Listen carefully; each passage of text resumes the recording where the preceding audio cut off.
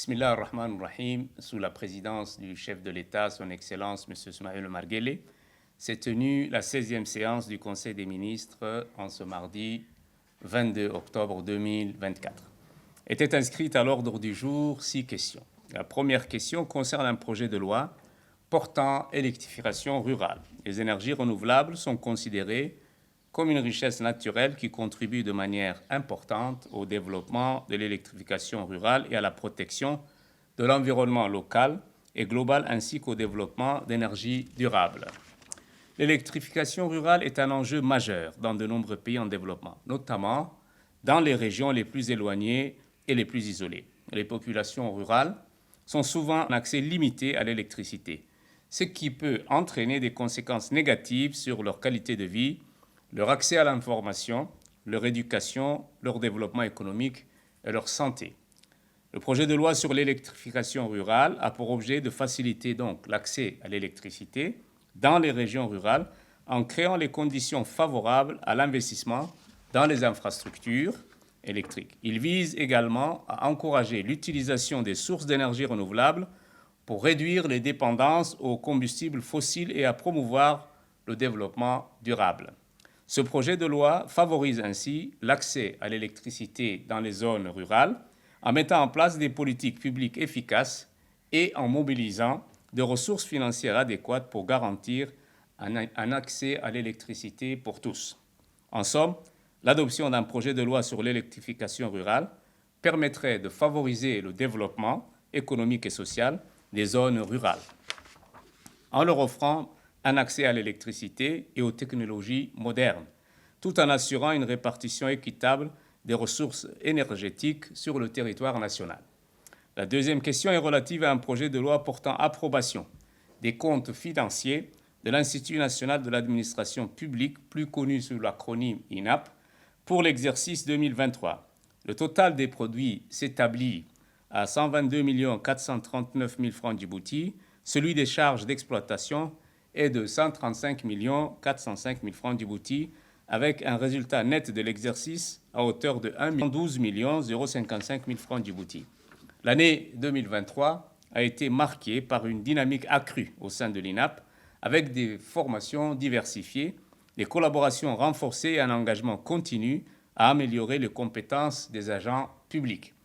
L'INAP contribue activement à la modernisation et à la professionnalisation de l'administration publique djiboutienne, répondant ainsi aux attentes croissantes des citoyens en matière de services publics et de qualité. L'une des réalisations phares de l'année a été le lancement d'un programme de management des organisations publiques en partenariat avec l'Institut régional d'administration de l'île. Parallèlement, l'INAP a mis en œuvre des formations spécifiques pour répondre aux besoins immédiats de certains secteurs comme la sécurité incendie pour les contrôleurs du travail et les tests linguistiques pour les employés de l'État civil. Ces initiatives ont eu un impact significatif sur l'amélioration de la qualité du service public. La troisième question est relative à un projet de loi portant approbation des comptes financiers de l'Agence de réhabilitation urbaine et du logement social, plus connue sous l'acronyme d'ARULOS, pour l'exercice 2023. Le total des produits arrêtés au 31 décembre 2023 s'élève à 2 224 millions de francs djibouti contre 2 19 millions de francs djibouti arrêtés en 2022. Les produits de l'exercice 2023 sont en légère hausse de 10% par rapport à l'exercice 2022. Ces produits proviennent majoritairement donc des produits d'exploitation, soit 1 890 millions de francs djibouti, qui se répartissent comme suit: de la vente des parcelles ainsi que des loyers-ventes des logements sociaux, pour un total de 1 864 millions de francs djibouti, soit 99% donc des recettes, et des redevances et des frais de dossier des parcelles de terrain domaniaux dans le cadre de la procédure de la cession amiable, pour un total de 25 545 000 francs djibouti. Le total des charges est arrêté au 31 décembre 2023 à 2 107 millions de francs djibouti contre 1 873 millions de francs djibouti en 2022.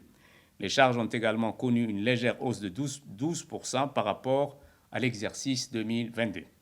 Ces charges proviennent essentiellement des charges d'exploitation, soit 1 881 millions de francs djibouti, qui se répartissent comme suit: 893 millions de francs Djibouti au titre d'engagement en provenance des tierces, 47%.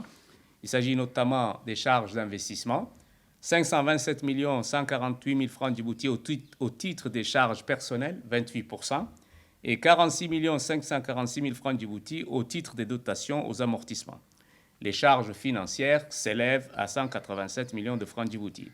Le résultat net est arrêté au 31 décembre 2023 et se comptabilise à hauteur de 117 millions de francs Djibouti. Ce résultat net a connu une baisse de 20% par rapport à l'exercice 2022 qui était arrêté à 146 608 000 francs Djibouti. La quatrième question est relative à un projet de loi portant adoption des comptes financiers 2023 de l'Imprimerie nationale du Djibouti. Les comptes de l'imprimerie au 31 décembre 2023 se présentent comme suit. En produit à 390 287 000 francs Djibouti et en charge à 415 150 000 francs Djibouti avec un résultat déficitaire de moins 24 862 000 francs Djibouti. Afin de redresser cette situation, une nouvelle stratégie a été mise en place axée sur la diversification de ces activités. La principale initiative proposée consiste à élargir son offre en se lançant dans l'impression des livres scolaires.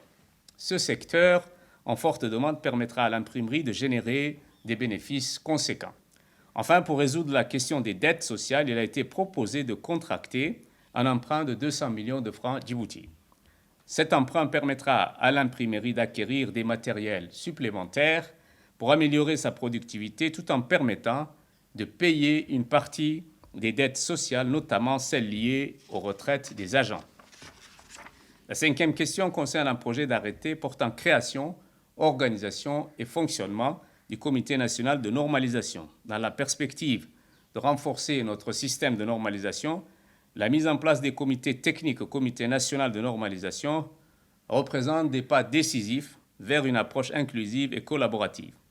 Le Comité technique national apporte un soutien crucial à l'Agence djiboutienne des normes et de la qualité dans la réalisation des programmes annuels de normalisation. Le Comité technique national et le Comité national de normalisation seront composés d'experts techniques de divers domaines. Ces comités joueront un rôle crucial dans la concrétisation des orientations, de la stratégie et de la politique de normalisation établie par le ministère du Commerce. Le comité se positionne comme le pilier du soutien du ministère du Commerce. Ce comité est essentiel non seulement pour établir la direction et les priorités dans le domaine de la normalisation, mais aussi pour assurer une mise en œuvre efficace et cohérente des politiques et des stratégies à travers tous les secteurs. La mise en place de ces organes démontre l'engagement du gouvernement envers une normalisation qui soutient le développement économique, protège les intérêts des consommateurs et améliore la compétitivité de notre industrie au niveau international. La sixième question concerne un projet de décret portant nomination au ministère de la Santé. Monsieur Dr Ahmed Hussein Miguel, médecin, est nommé inspecteur médical. Monsieur Ibrahim Sougué est nommé conseiller technique du ministre de la Santé. Monsieur Muharram Fouad Abdallah est nommé conseiller technique du ministre de la Santé. Monsieur Mahmoud Ahmed Guedi est nommé conseiller technique du ministre de la Santé. Monsieur Abdurrahman Hussein Arrale est nommé conseiller technique du ministre de la Santé. Et M. Idriss Farah Miguel est nommé conseiller technique du ministre de la Santé. Une autre liste de nominations au ministère de l'Éducation nationale cette fois-ci. M. Ousmane Hussein Chirdon est nommé conseiller technique principal du ministre de l'Éducation. M. Mohamed Abdou Ali est nommé inspecteur général de l'Éducation nationale. M. Abdullah Farah Ouaes est nommé inspecteur général de la pédagogie. M. Mahdi Omar Farah est nommé inspecteur général de l'administration. M. Salah Alouane Isse est nommé secrétaire exécutif du Comité supérieur national de l'éducation. M. Abdi Dirir Guiré est lui nommé donc précédemment directeur général de l'enseignement et nommé conseiller technique du ministre de l'Éducation. Et M. Garad Akadar Dabale est nommé conseiller technique du ministre de l'Éducation. Madame Aïcha Farah El-Tiré est nommé conseillère technique du ministre de l'Éducation. Monsieur Mohamed Ilmi Assowe est nommé directeur général de l'administration. Madame Loula Ali Elabe est nommée directrice générale de la scolarisation et de l'enseignement général. M. Abdurrahman Ahmed Abdo est nommé directeur général du développement d'éthique. Mme Hibo Awad Ali est nommée directrice générale des examens, concours et évaluations. Mme Neema Hassan Ismail est nommée directrice générale du Centre de formation de l'éducation nationale. M. Mohamed Mehrane Ali est nommé directeur général de la planification et des données. M. Moussa Mohamed Ali est nommé directeur général des régions. Mme Fardous Mohamed Abdullah est nommée directrice des affaires juridiques et du contentieux. Et M. Mohamed Ibrahim Moussa est nommé directeur de l'audit interne. Au niveau du secrétariat d'État à l'investissement, Mme Aïcha Hamad Mohamed est nommée donc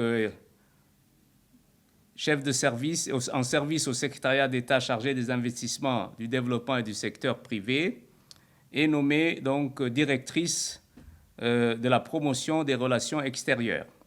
Madame Safa Abdullah Issa est, elle, nommée donc directrice au poste de directrice administrative et financière.